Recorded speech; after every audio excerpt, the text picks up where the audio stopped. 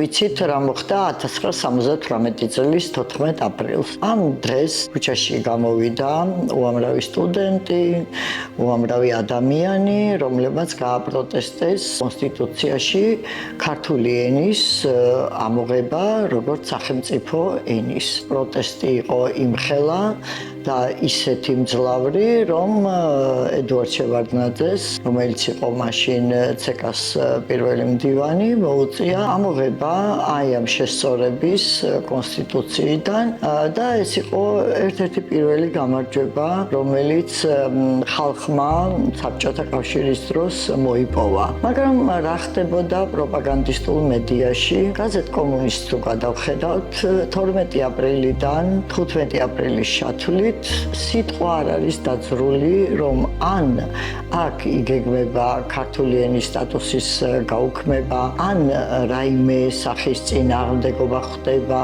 ამ შესწორებას, პირიქით არის ქება და დიდება, მუდმივად არის გამოქვეყნებული ტექსტები, როგორ განიხილეს ეს პროექტი მუშებმა, გლეხებმა, რაღაც საწარმოოს კოლექტივებმა და ყველამ როგორ მოიწონა. სინამდვილეში კი საქმე სრულიად საწინააღმდეგოდ იყო, მაგრამ რას ნიშნავს ეს, როდესაც ჩვენ ასეთი დონის მკვდარ სიჩუმეს ვაწყდებით სამთავრობო პრესაში, როდესაც ქუჩაში სულ სხვა რამე ხდება.